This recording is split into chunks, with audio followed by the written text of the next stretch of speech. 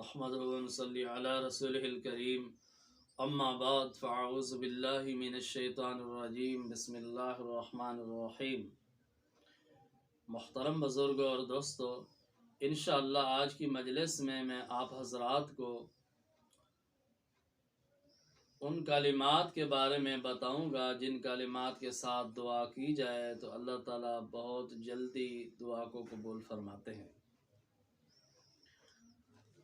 حضرات انبیاء علیہ السلام نے جن الفاظ کے ساتھ دعائیں مانگی ہیں وہ الفاظ اللہ تعالیٰ کو بہت پسند ہیں۔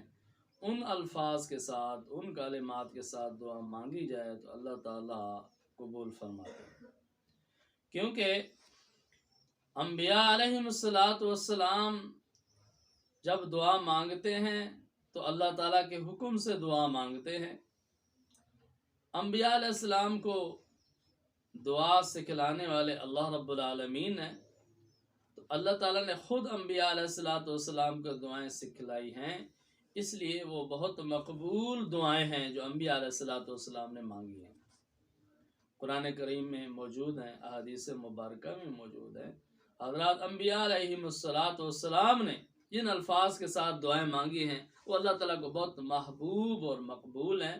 ان الفاظ کے ساتھ دعا مانگی جائے تو اللہ تعالیٰ اس کو قبول فرماتے ہیں، پسند فرماتے ہیں۔ اور جن الفاظ کے ساتھ حضور نبی کریم صلی اللہ علیہ وسلم نے دعا مانگی ہے، ان الفاظ کے ساتھ دعا مانگی جائے تو اللہ تعالیٰ اس کو بھی بہت جلدی قبول فرماتے ہیں۔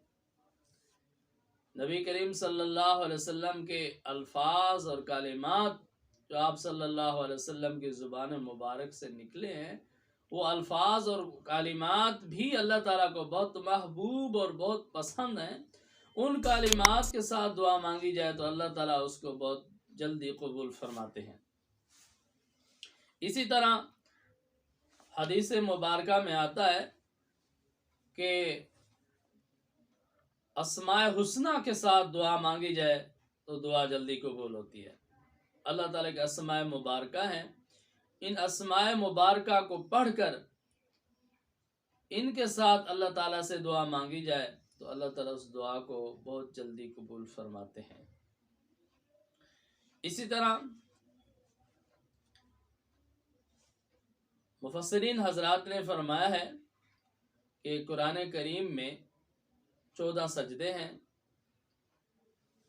ان تمام آیات سجدہ کو ایک ہی مجلس میں تلاوت کر کے، ایک ہی مجلس میں 14 سجدے ادا کر کے جو دعا مانگی جائے اللہ تعالیٰ اس کو قبول فرماتے ہیں۔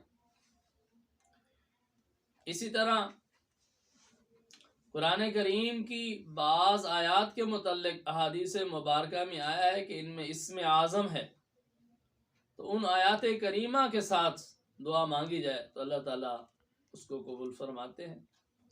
ان میں ایک آیت کریمہ ہے، بسم اللہ الرحمن الرحیم، وَإِلَٰهُكُمْ إِلَٰهٌ وَاحِدٌ لَا إِلَٰهَ إِلَّا هُوَ الرَّحْمَٰنُ الرَّحِيمُ۔ اس آیت کریمہ کے متعلق بھی روایت حدیث میں آیا ہے کہ اس میں اسم اعظم ہے۔ دوسری آیت کریمہ جس کے بارے میں حدیث پاک میں آیا ہے کہ اس میں اسم اعظم ہے، وہ حضرت یونس علیہ السلام کی دعا ہے، لا الہ الا انت سبحانک انی کنت من الظالمین۔ یہ دعا پڑھ کر جو دعا مانگی جائے اللہ تعالیٰ اس کو قبول فرماتے ہیں۔ تیسری آیت کریمہ جس کے متعلق حدیث پاک میں آیا کہ اس میں اسم اعظم ہے، وہ آیت کریمہ ہے، بسم اللہ الرحمن الرحیم، الف لام میم اللہ لا الہ الا هو الحی القیوم۔ یہ آیت کریمہ پڑھ کر جو دعا مانگی جائے اللہ تعالیٰ اس کو قبول فرماتے ہیں۔ اور مفسرین حضرات نے فرمایا ہے کہ امیر المؤمنین سیدنا حضرت عمر فاروق رضی اللہ تعالیٰ عنہ کے نزدیک اسم اعظم سورۃ فاتحہ کی یہ آیت کریمہ ہے، ایاک نعبد و ایاک نستعین۔ یہ آیت کریمہ پڑھ کر جو دعا مانگی جائے اللہ تعالیٰ اس دعا کو قبول فرماتے ہیں۔ اور اسی طرح بعض دعائیں ایسی ہیں جو بہت جامع دعائیں ہیں، جس میں تمام دعائیں آ جاتی ہیں، جیسے قرآن کریم کی دعا ہے ربنا آتنا فی الدنیا حسنۃ وفی الآخرۃ حسنۃ وقنا عذاب النار۔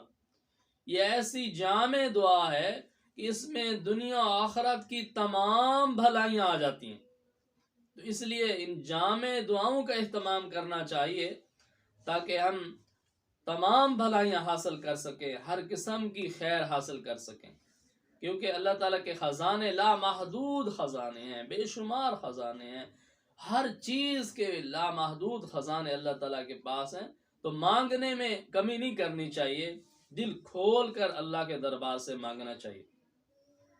اسی طرح حدیث پاک میں آتا ہے، بہت جامع دعا ہے جس میں تمام دعائیں آ جاتی ہیں۔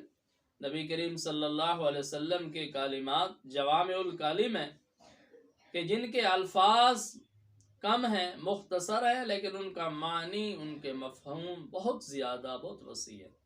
تو ایک جامع دعا ہے، نبی کریم صلی اللہ علیہ وسلم اکثر یہ دعا فرماتے تھے، اور حدیث پاک کی کتابوں میں یہ دعا موجود ہے، تو ہمیں چاہیے کہ اس جامع دعا کو بھی اپنی دعاؤں میں شامل کر لیں۔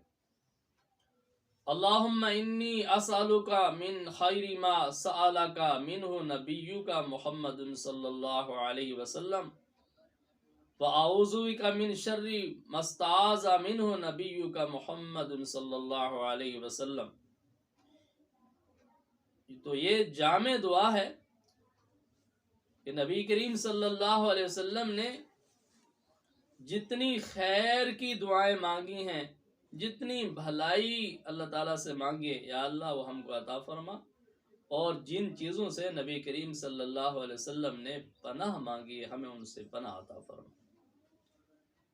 تو اصل تو نبی کریم صلی اللہ علیہ وسلم نے اللہ تعالیٰ سے جو چیز مانگی ہے واقعی وہ مانگنے کے قابل ہے، اور جس چیز سے نبی کریم صلی اللہ علیہ وسلم نے پناہ مانگے اس سے پناہ مانگنا ضروری ہے۔ تو یہ بہت جامع دعا ہے، یہ دعا بھی مانگنی چاہیے۔ تو اسی لیے ان کلمات کا بھی خیال کرنا چاہیے، ان دعاؤں کا اہتمام کرنا چاہیے تاکہ ہماری دعائیں قبول ہوں۔ تو 15 شعبان جس کو شب برات کہتے ہیں، وہ ان قریب آ رہی ہے، قبولیت کی رات ہے، تو اس رات میں دعاؤں کا اہتمام کرنا چاہیے، توبہ اور استغفار کرنا چاہیے، اور اس کے ساتھ ساتھ دعا کا اہتمام کرنا چاہیے تاکہ اللہ تعالیٰ کے دربار میں ہماری دعائیں قبول ہو جائیں۔